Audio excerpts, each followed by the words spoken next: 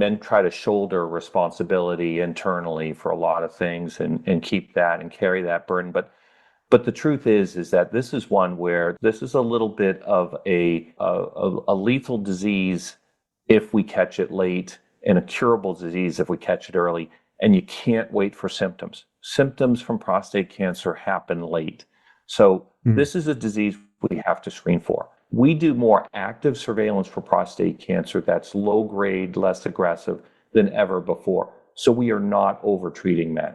And it's a condition, plenty of our men are living with untreated when it presents like that. But for the more aggressive appearing cancers, when we catch them early, they're much more curable. To give some context, as many women in America get breast cancer as men who get prostate cancer. And that's often surprising. It's 1 in 8 women with breast cancer and 1 in 8 men with prostate cancer. And so along this journey of life, it's super important that we screen for all of the conditions, as Dr. George said, that can be screened for in advance. Because what we do know is that early screening leads to a better cure. Hey everyone, this is Jonathan Marx from GoToHealth. I hope you're having a wonderful day. Guys, listen up. It may surprise you. 1 in 8 women will get breast cancer and 1 in 8 men will get prostate cancer. And the symptoms of prostate cancer don't show up until late. So what you want to do is get screened early so that prostate cancer can be caught early and you can benefit from the new and latest treatments in prostate cancer.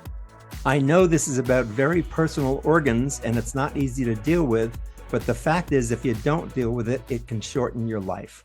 With us to talk about this today is Dr. Daniel George. He's a Duke University Oncologist and a specialist in prostate cancer. And we're also talking with Gina Carithers, the president of the Prostate Cancer Foundation.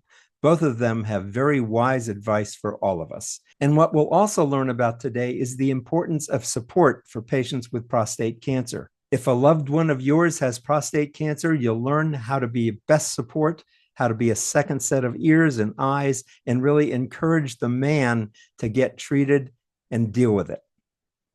As a reminder and a kind request, if you're getting value out of our programming, it would be very helpful to us if you give us a 5-star review or a thumbs up on Apple, Spotify, or YouTube, or wherever you're listening to us. It helps other people find the show as well.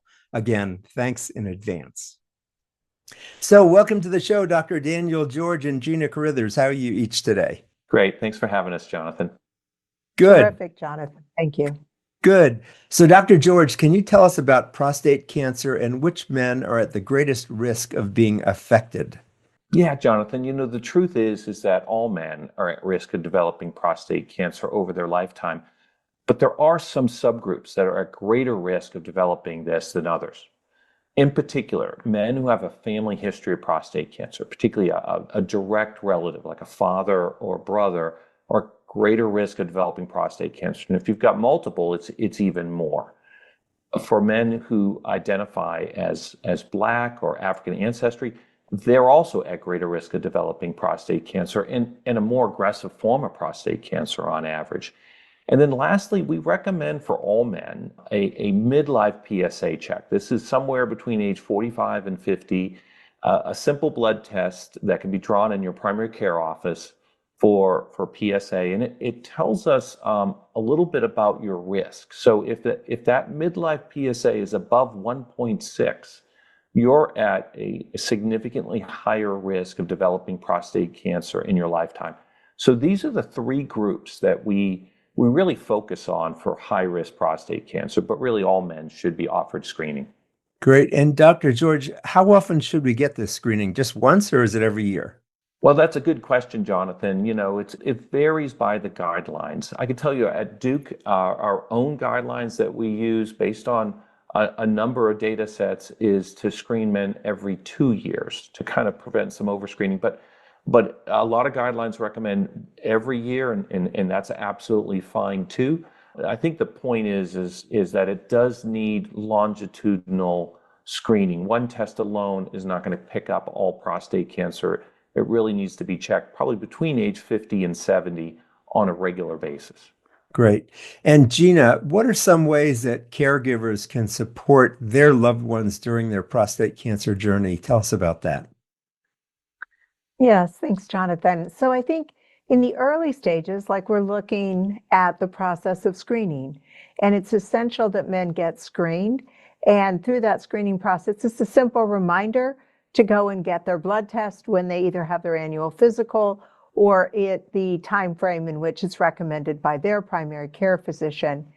And then if in fact the patient is going through the diagnostic process or treatment process for prostate cancer, the caregiver and the family members can support that patient by being informed.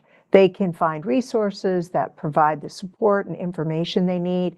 They can provide support groups for the patient and also for themselves, as well as resources online that can help where they can participate either virtually or in person in various webinars and patient support activities to keep themselves up to date about the disease, the treatments, and then also keeping them both mentally and physically healthy as they go through this rather long journey. Thank you for that. And Gina, you're the president of the Prostate Cancer Foundation. Tell us about your foundation and what you do. Thank you, Jonathan. So yes, the Prostate Cancer Foundation was started in 1993, and our primary mission is finding the cure for prostate cancer. And our vision is to reduce the death and suffering for men and their families for going through this disease process.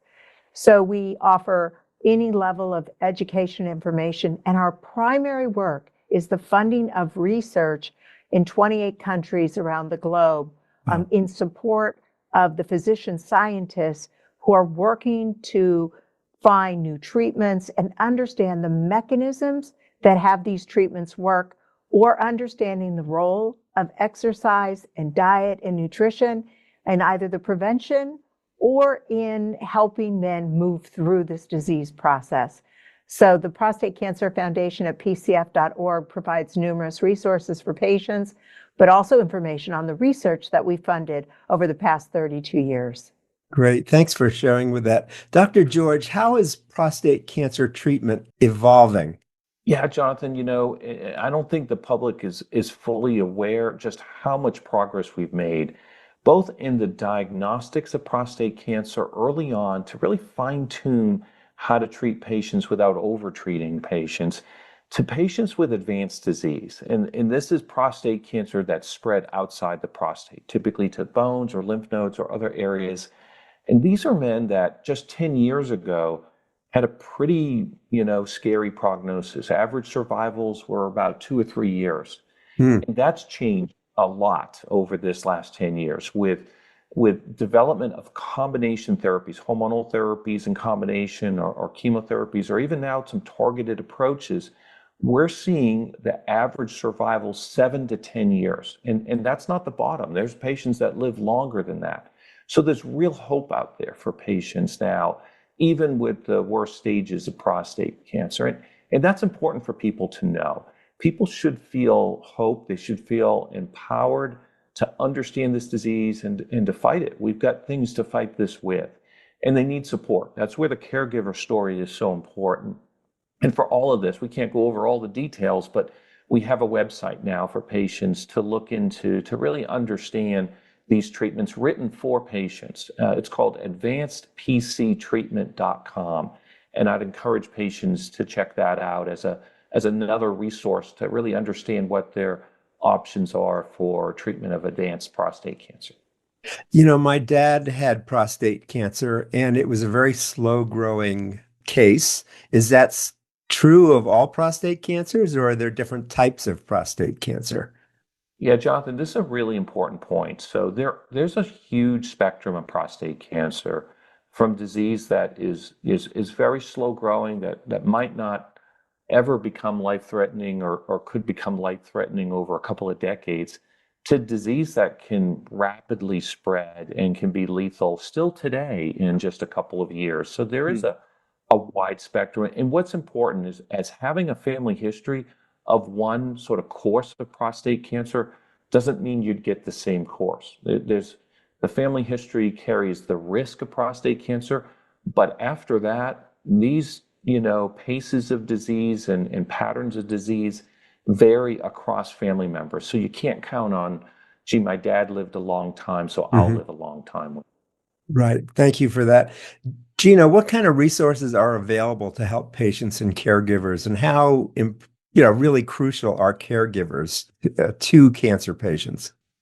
So, Jonathan, I'll take the back end of that question first. The caregivers are really play an essential role for the patient.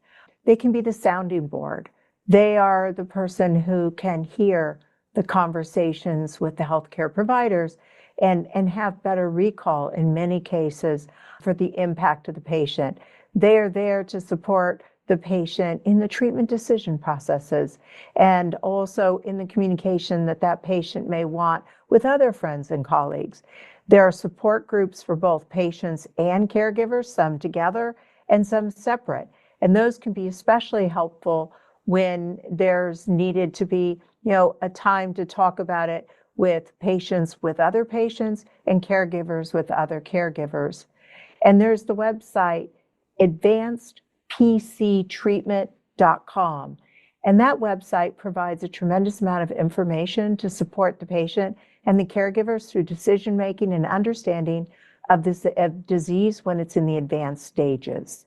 Thank you for that. Let me just ask, and I'll ask each of you from your experience. Men are the ones who get prostate cancer, obviously, and men, my understanding and experiences, are typically not so great at going to doctors or treating themselves well or whatever. I mean, what advice can we give to men at this point on getting checked out and then getting yourself treated? And then what advice can we give to their partners in supporting these recalcitrant men and getting treated?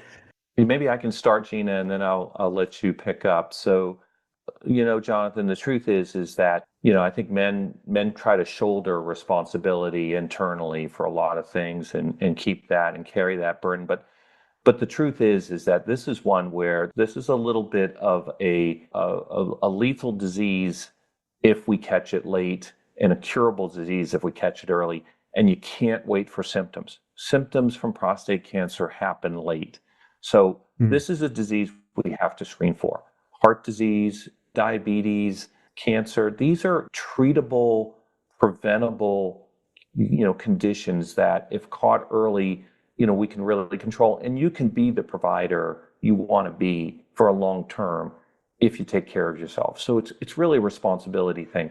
I think some men, because prostate cancer affects a part of the body that can affect sexual health and urinary control, are particularly afraid of going down this path. The truth is that we do more active surveillance for prostate cancer that's low grade, less aggressive than ever before. So we are not over-treating men. And it's a condition, plenty of our men are living with untreated when it presents like that. But for the more aggressive appearing cancers, when we catch them early, they're much more curable. So it's an important message for men to recognize, don't fear this. And we need, as a society, to talk about that and feel comfortable. Cancer is just another word. It's not anything any different than these other diseases that we're comfortable with. And I think the second thing is to recognize that we're social creatures and lean into the people who matter most to you. And it's okay to talk about this, whether those are close friends, whether those are, siblings or life partners.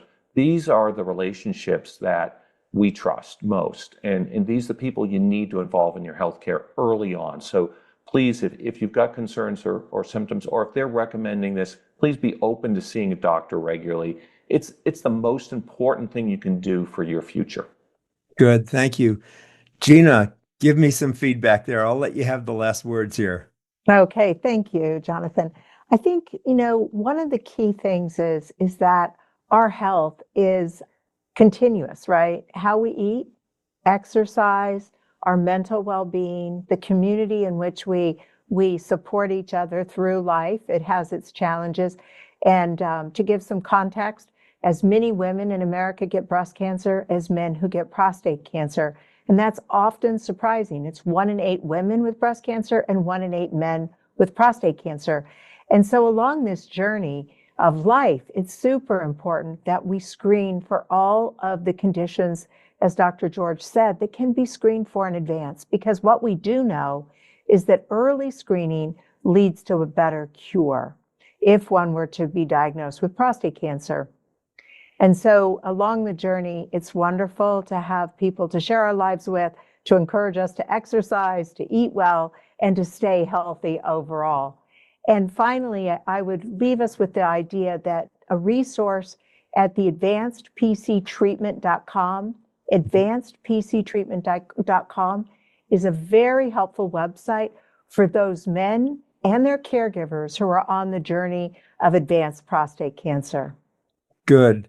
I want to thank both of you for being with us today on this important message. We've been talking with Dr. Daniel George. He's a Duke University oncologist and professor, and also Gina Carithers, who's the president of the Prostate Cancer Foundation. If you want to learn more, as they mentioned, you can go to advancedpctreatment.com. Thanks so much for being with us today, everyone. We're so glad you're here. Please help us spread the word so we can keep everybody healthy. This has been Jonathan Marx with GoToHealth, and as we say at the end of every show, go to health. God bless. We'll see you again next time. Take care. Thank you both. That was wonderful. Thank you. Nice to meet you. Good to meet you as well. Take care. Thank you for tuning in today to Go to Health.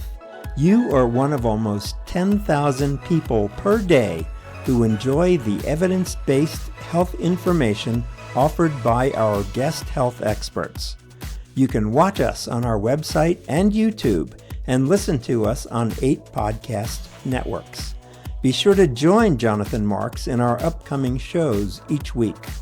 If you like our show, please share this episode with your friends and colleagues. You can subscribe to the show, join our email list, send us feedback, browse through the online store, and view our library of over 150 shows at GoToHealthMedia.com. See you next time, and remember to elevate your life with Go to Health.